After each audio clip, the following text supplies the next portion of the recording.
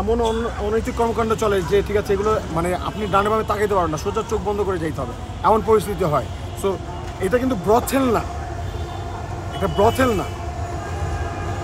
এই জায়গাটাকে এমন একটা পরিস্থিতি বানায় রাখে যে এই জায়গাটায় হচ্ছে মানে যে সকল অসামাজিক কার্যকলাপগুলো হয়, আপনারা হয়তো এর আগেও শুনেছেন যে ঢাকা বিশ্ববিদ্যালয়ের পাশে ডাস্টবিন থেকে হচ্ছে নবজাতকের লাশ উদ্ধার। এই লাশগুলো কোথা থেকে আসতেছে? কোথা থেকে আসতেছে? এইখান থেকে যারা হচ্ছে ধরেন বিভিন্ন রকম আপনার যারা হচ্ছে এরকম অনৈতিক কার্যকলাপ করছে এই জায়গাগুলোকে কেন্দ্র করে, এই আশেপাশে এরিয়াগুলোকে কেন্দ্র করে, তাদের কারণে কিন্তু হচ্ছে বদনামটা হচ্ছে ঢাকা বিশ্ববিদ্যালয়। ঢাকা বিশ্ববিদ্যালয়ের বদনাম যেহেতু হচ্ছে, আমরা প্রত্যেকে বলছি যে আপনারা কেন আমরা বদনামের ভাগিদার হব? এটা বিশ্ববিদ্যালয় প্রশাসন কি করছে? তাদের দায়িত্ব কি? প্রশাসন কি হচ্ছে পুলিশ প্রশাসনের সাথে কথা বলতে পারে না? তারা কি হচ্ছে এখানে সবাই মিলে অভিযান চালাতে পারে না? অভিযান চালিয়ে এই আঁকড়াগুলো ভেঙে দেওয়া যায় না? এই প্রশ্নগুলো তোলার সময় এসেছে। যেহেতু ডাকসু, আমরা আসলে আমাদের কাছে মনে হয় যে আমরা ডাকসুতে, আমি যদিও এইচএস প্রার্থনা করছি, কিন্তু আসলে আমার মনে হয় যে এইচএস হই বা না হই, এই সংগ্রামটা আমাদের আজীবন করে যেতে হবে।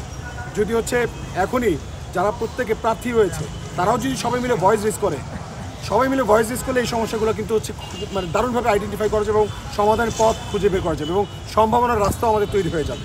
অতএব আপনাদের প্রত্যেককে বলুন, দলমত নির্বিশেষে আপনারা এই সকল বিষয়গুলো নিয়ে প্রশাসনের সাথে কথা বলেন এবং প্রশাসনকে বাধ্য করেন যাতে অতি দ্রুত এই সকল এরিয়াগুলোতে যত উদ্বাস্ত লোক আছে এবং ক্যাম্পাসে যত ছিন্নমূল মানুষজন আছে তাদেরকে যাতে পুনর্বাসনের ব্যবস্থা করে তারা, এবং প্রশাসনের সাথে কথা বলে, গভর্নমেন্টের সাথে কথা বলে পুনর্বাসনের ব্যবস্থা করে অতি দ্রুত। যে তাদের তো ক্যারিয়ার আছে, আমরা বুঝতে পারছি, তাদেরও জীবন আছে, তাদের প্রতি আমাদের সিম্প্যাথি আছে, কিন্তু দেশে তো হচ্ছে তাদেরকে পুনর্বাসন করার জন্য মন্ত্রণালয় আছে, মন্ত্রণালয়ের দায়িত্ব আছে, সমাজসেবা অধিদপ্তর আছে, তাদের কাজ কি? এই কাজগুলো তাদেরকে ধরায় দেন যে এইগুলো আপনাদের কাজ, এদেরকে হচ্ছে পুনর্বাসন করার ব্যবস্থা করেন। ঠিক আছে, আপনারা রোহিঙ্গাকে পুনর্বাসন করতে পারেন, হাতিয়াতে নিয়ে যেতে পারেন, কিন্তু এরা তো আমাদের দেশের মানুষ, এদেরকে পুনর্বাসন করতে অসুবিধা কোথায়? এই কথাগুলো আপনারা সবাই মিলে বলেন। আমরা রিকোয়েস্ট করবো যে প্রত্যেক যারা প্রার্থিতা করছেন এখন থেকে বলা শুরু করে। আঁকড়া বানানোর পরে ঠিক আছে দেখা যায় যে এরাই কিন্তু হচ্ছে মনে করেন দিক দিশা হারা হয়ে এখানে হচ্ছে নানা রকম অনাকাঙ্ক্ষিত ঘটনাগুলো ঘটায়, এবং এইটার দায়িত্ব কিন্তু বিশ্ববিদ্যালয় প্রশাসন চাইলে হচ্ছে গভর্নমেন্টের সাথে কথা, আপনারা হচ্ছে পুলিশ প্রশাসনকে সহযোগিতা নিয়ে, পুলিশ প্রশাসনের সহযোগিতা নিয়ে তারা চাইলে কিন্তু এই সংকটগুলো দূর করতে পারে। আপনারা তো নিজেই দেখলেন যেখানে প্রতিনিয়ত কীভাবে চলে, কিন্তু এখান থেকে আমাদের যারা নারী শিক্ষার্থী আছে, সুফিয়া কামাল হলে এখান থেকে যায় সবাই, এই সামনে সুফিয়া কামাল হল, ঠিক আছে, আবার সুফিয়া কামাল হল থেকে যারা শিক্ষার্থীরা আছে তারা হচ্ছে ক্লাসে যায় এখান থেকে, এই রাস্তা ধরে প্রতিনিয়ত আমাদের বোনেরা ঠিক আছে এখানে হচ্ছে তারা সবসময় শঙ্কার মধ্যে থাকে, টেনশনের মধ্যে থাকে, কখন কি না কি হয়ে যায়।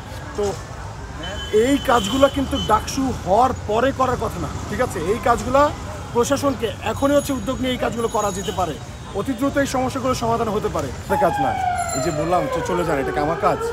আমাদের দায়িত্ব ভাই রহিবে অক্সফোর্ডে বসে গাঁজা খাচ্ছে, ঢাবির প্রশাসন কি করছে? এইটাই প্রশ্ন যে এইখানে গাঁজা খায় ওরা, কিন্তু কয়েকদিন পর বলবে ঢাবির ছেলেরা হচ্ছে এইগুলোর সাথে যুক্ত। এই যে বদনাম অপবাদ, এটার জন্য দায়ী কে? বিশ্ববিদ্যালয় প্রশাসন। তারা দায়িত্ব নিয়ে পুলিশ প্রশাসনকে কেন হচ্ছে গিয়ে এগুলো বলছে না? শিক্ষার্থীদের এই যে যাতায়াতের রাস্তা, এটাকে কেন হচ্ছে নিরাপদ করার জন্য চেষ্টা করছে না? এই প্রশ্নগুলো আমাদের তোলার সময় আসছে। দেখেন যে যারা এখানে তৃণমূলের মানুষজন যারা আছে, উদ্বাস্ত লোকজন যারা আছে, তাদের প্রতি আমাদের সমবেদনা আছে, সিম্প্যাথি আছে, কিন্তু তাই বলে এখানে কিন্তু অনেক রকম অনাকাঙ্ক্ষিত ঘটনা ঘটে। এই সকল ছোটো ছোটো ছুটির মধ্যে করে কিন্তু এখানে মাদকের বিজনেস চলে, ঠিক আছে, এখানে হচ্ছে যারা থাকে তাদের মধ্যে থেকে কিন্তু দেখা যাচ্ছে অধিকাংশ সময় ছিনতাইয়ের প্রবণতা দেখা যায়। এই রাত্রেবেলা এই রাস্তা দিয়ে হাঁটা খুব মুশকিল হয়ে যায়। ঠিক আছে, এখানে ধরেন যারা থাকে অধিকাংশ সময় দেখা যায় যে এনাদের তো এখানে থাকার কথা না, তাই না? বিশ্ববিদ্যালয় প্রশাসন আছে, প্রক্রিয়ার টিম আছে, প্রক্রিয়ার টিমের কিন্তু উচিত ছিল যে ক্যাম্পাস এরিয়ার মধ্যে এরকম যেন না হয় সেই ব্যাপারটা খেয়াল রাখা, খোঁজ রাখা।